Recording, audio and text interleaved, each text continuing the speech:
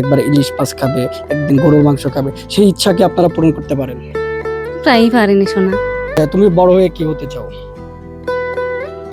Doctor. তুমি বড় হয়ে ডাক্তার হতে চাও। তোমার কি স্বপ্ন, তুমি কি হতে চাও? তুমিও ডাক্তার হতে চাও। আসসালামু আলাইকুম, আমি মোহাম্মদ রাকিব হাসান, সাধারণ সম্পাদক ওয়ারখান চ্যারিটেবল ফাউন্ডেশন। আজকে আমরা আসছি পাবনা জেলার আটঘরিয়া উপজেলার রোকনপুর গ্রামে।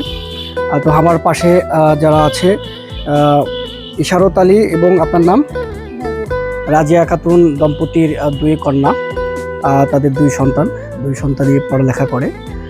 তারা, আমি যদি তাদের সম্পর্কে আগে একটু বলতে যাই, তাদের বাড়িটা একটু দেখাও, এই পাশে দিয়ে দেখাও। এই যে টিনের খুপড়ি ঘর, এই ঘরের মধ্যেই দুই কন্যা নিয়ে ইশারত আলীর সংসার। ইশারত আলী এখানে বসবাস করে। তো এই মুহূর্তে ইশারত আলীর স্ত্রী এবং তার দুই কন্যা আমার সামনে উপস্থিত আছে। ইশারত আলী নেই, কারণ ইশারত আলী এখনো ঘড়িতে 4টা বাজেনি। তারা এখনো অন্যের জমিতে কাজ করতে গেছে। অন্য জমিতে কাজ করে এই যে তার সংসার চালায় এবং দুই সন্তানের পড়ালেখার খরচ চালায়। আর তারা খুব কষ্টে দুর্বিষহ জীবনযাপন করছে। সন্তানের পড়ালেখার খরচ, চিকিৎসার খরচ এবং সাংসারিক খরচ টানতে গিয়ে তাদের কষ্টসাধ্য হয়ে যাচ্ছিল, নিজেও একটু অসুস্থ। তো তারপরে যখন তাদের এই যে সন্তানগুলোর এসে নির্বিঘ্নে পড়ালেখা চালাচ্ছে, পড়ালেখা তাদের বন্ধ করেনি। তাদের স্বপ্ন একটাই যে তারা দুই কন্যা সন্তানকে বড় করবে, মানুষদের মতো মানুষ করে গড়ে তুলবে, হয়তো তারাও ভালো জায়গায় যাবে। আবার পাশে যে আছে, তার নাম ইসরাত জাহান ইতি এবং তোমার নাম। তারা দুজনই স্কুলে, একজন ক্লাস 6ষ্ঠ শ্রেণীতে পড়ালেখা করে, একজন 8ম শ্রেণীতে পড়ালেখা করে। দুজনই খুবই ভালো শিক্ষার্থী। আমি তাদের স্কুলে যোগাযোগ করেছি এবং তার স্যারদের সাথেও কথা বলেছি। তারা দুজন অত্যন্ত মেধাবী স্টুডেন্ট। মেধাবী স্টুডেন্ট থাকা সত্ত্বেও তাদের যে আনুষঙ্গিক জিনিসপত্র, দেখা গেছে স্কুলে যাওয়ার জন্য স্কুল ড্রেস প্রয়োজন, বই খাতা প্রয়োজন, ভালো পড়ালেখার জন্য টিউশনি দরকার, সেই সুযোগ তাদের হয় না। কারণ একটাই সমস্যা, আর্থিক অসচ্ছলতা। আর্থিক অসচ্ছলতার কারণে তাদের বাসা বেঁধে ফেলছে। তারা ঠিকমতো দুবেলা খাওয়াও তাদের কষ্ট, এক মুঠো ডাল ভাত খেয়েই জীবনযাপন পার হচ্ছে।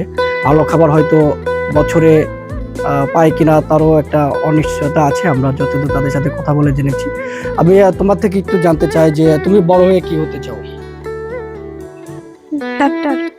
বড় হয়ে ডাক্তার হতে চাও। তো তোমার এই যে তোমার বাবা মা যে এত পরিশ্রম করে তোমাদের পড়ালেখা করছে, এর উদ্দেশ্য একটাই যে তোমাদের মানুষের মতো মানুষ হিসেবে গড়ে তোলার। তোমার কি স্বপ্ন, তুমি কি হতে চাও? তুমিও ডাক্তার হতে চাও। মাশাআল্লাহ, তাদের স্বপ্ন কিন্তু আকাশচুম্বী। এটা বাস্তবায়ন হবে কিনা জানি না, কারণ আর্থিকভাবে যদি আমরা সচ্ছল না হই, আমাদের সেই জায়গায় পৌঁছাতে অনেকটাই কষ্টসাধ্য। যারা দারিদ্র তারা জানে এই পরিবেশটা কেমন। আমি দোয়া রাখবো যে তারা এই সকল প্রতিকূলতা কাটিয়ে তাদের স্বপ্ন যেন বাস্তবায়ন করতে পারে। তারা দুজনে যেন মানবিক ডাক্তার হয়, মানুষের যে অসহায় দরিদ্র মানুষ তাদের যেন ভালো চিকিৎসা সেবা তারা দিতে পারে। এতটুকু তার প্রতি আমাদের দোয়া থাকবে। এবং আমি যদি তার আম্মার কাছে একটু জানতে চাই, যেহেতু তার আব্বু এখনো নাই, এখনো অন্যের জমিতে কাজ করতে গেছে, এখনো আসেনি, বাড়ি ফেরেনি। আমি যদি তার আম্মুর থেকে একটু জানতে চাই, আপনার মেয়েদের আপনি কি বানাতে চান? আপনার স্বপ্ন কি একটু বলবেন? আমার মেয়েরে আমি যতবারই জিজ্ঞেস করি তারা বলে যে আমি ডাক্তার হব। আচ্ছা। আমার পিছুটান নাই, আমারই 2টা মেয়ে, কোনো ছেলে নাই।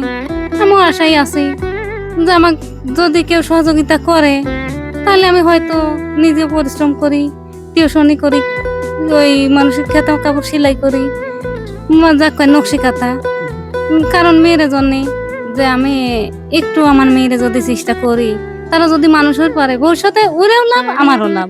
কারণ আমার ছেলে নাই, আমি যদি মেয়েরে মানুষ করতে পারি তাহলে আমারও সুবিধাই হয়। এই যে আপনার সন্তানদের যে পড়ালেখা বা চিকিৎসা আর খরচ, সাংসারিক খরচ, এটা আপনারা কিভাবে পূরণ করতেছেন? এই তো সামান্য 1-2 ছেলে মেয়ে পড়াই, টিউশনি আর নকশি কাঁথা সেলাই করি। আচ্ছা। আর আঙ্কেল কি কাজ করে? আঙ্কেল পরের জমি জাতি নিয়ে ওই যে লিজ নিয়ে চাষবাদ করে। আচ্ছা। মোটামুটি মনে করো যে ফসল আসে, খাওয়া দাওয়া চলে। আপনারা কি যদি এরকম কখনো আপনার ছেলে মেয়েদের যদি এরকম ইচ্ছা জাগে যে তারা দুমুঠো ভালো ভাত খাবে, বছরে একবার ইলিশ মাছ খাবে, একদিন গরুর মাংস খাবে, সেই ইচ্ছা কি আপনারা পূরণ করতে পারেন?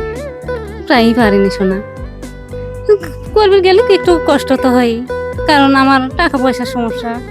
আমি যা তোমার আঙ্কেল কাজ করে মনে করো যে টাইনি টাইনি দিন চলে যায়, কিন্তু ভালো মন্দ যদি আমি বছরে 5 বার 1 বার খাবি চাই, আমার তাও সমস্যা হয়। আমি যদি এই পাশে আরেকটু দেখাই, এই পাশে তারা গৃহপালিত পশু পাখি লালন পালন করে শুধু তাদের সন্তানদের ভবিষ্যতের জন্য। এই যে তারা এখানে ছাগল পালতেছে, আরো অনেক ধরনের তারা চেষ্টা করতেছে তাদের সন্তানদের ভালো রাখতে, ভালোভাবে পড়ালেখাটা যেন করাতে পারে, সেই লক্ষ্যে বাবা মা এই যে এত ত্যাগ স্বীকার করতেছে। আমি আশাবাদী যে এই পরিবার থেকে এই যে এরা এত কষ্ট করে পড়ালেখা করছে, এরাই একসময় ভালো পর্যায়ে যাবে, কারণ তাদের যে অদম্য শক্তি, পড়ালেখার যে ইচ্ছা, সেটা আমি আশাবাদী যে তারা ভালো একটা জায়গায় যাবে। আসলে আমাদের একার পক্ষে তো কিছু করা সম্ভব না, সবকিছু আমাদের একা করা পসিবলও না, কিন্তু আমাদের যতটুকু সামর্থ্য আছে আমরা চেষ্টা করতেছি এই যে মেধাবী শিক্ষার্থীগুলা এরা যেন ঝরে না পড়ে, এরা যেন এদের স্বপ্নগুলা বাস্তবায়ন করতে পারে, স্বপ্নগুলা বড় করতে পারে। আমরা তাদের পাশে শুধু একটু সাপোর্ট হিসেবে দাঁড়াতে চাই, আমাদের এর বেশি কিছু করার হয়তো সুযোগ নাই, তবে আমরা চেষ্টা করব যে এরকম যারা মেধাবী স্টুডেন্ট আছে তাদেরকে আমরা যেখান থেকে সহযোগিতা দরকার সেখানে আমরা নিজেরা দাঁড়ে যাব, যা তাদের পাশে দাঁড়ানোর চেষ্টা করব। তো আজকে আমরা তার হাতে নগদ 25,000 টাকা তাদের শিক্ষা ব্যাপারে তুলে দিতে যাচ্ছি। আমাদের সাথে আমাদের আরেকজন অতিথি আসছে, ফাউন্ডেশনের সদস্য ইকরাম খান। আমি তার হাত দিয়েই আমি তাদের কাছে উঠায় দেব নগদ চেকটি। এই যে আবার তোমাদের যে টাকার যে একটা সমস্যা ছিল, টাকার অভাবে তোমাদের যে একটা সমস্যা, এটা কি এখন কিছুটা দূর হবে? তোমরা কি এখন ভালো মতো টেনশন ছাড়া কি পড়ালেখা করতে পারবা? তুমি কি বলো? তোমার টেনশন ছাড়া এখন তো আর খুব একটা সমস্যা হবে না, ইনশাল্লাহ আমরা পাশে আছি, আমরা আরো থাকার চেষ্টা করব। সেক্ষেত্রে তোমরা নির্বিঘ্নে পড়ালেখা কি করতে পারবা? জি। আচ্ছা, ঠিক আছে, তোমরা এটা করে রাখো। এবং আমি আপনার থেকে যদি একটু জানতে চাই, আমাদের এই যে সামান্য যে হেল্প, আমরা আপনাদের ছেলেমেয়ের পড়ালেখা বাবদ আপনাদের 25,000 টাকার ছোট একটা অনুদান দিলাম, তো এই অনুদানটা পেয়ে আপনার কোনো উপকার হবে কিনা বা কোনো কাজে আসবে কিনা যদি একটু বলেন। ইনশাল্লাহ কাজে আসবে, কারণ আমিও টুকিটাকি কিছু করি, এই টাকা আশা করি আমার মেয়েরে আল্লাহ যদি কোনো বালা মুসিবত না দেয় তাহলে মেয়েরে পিছনে আমি। ঠিক আছে, আপনি এটা চেষ্টা করেন এবং আপনার ছেলে মেয়ের পড়ালেখার পিছনে করে তাদের ঘুরে তুলেন। আজকের কষ্ট হয়তো আল্লাহ আপনাদের একদিন ভালো জায়গায় নিয়ে যাবে, আমরা সেই আশাবাদ ব্যক্ত রাখি। এই আশাবাদ ব্যক্ত রেখে আমরা ধন্যবাদ জানাই।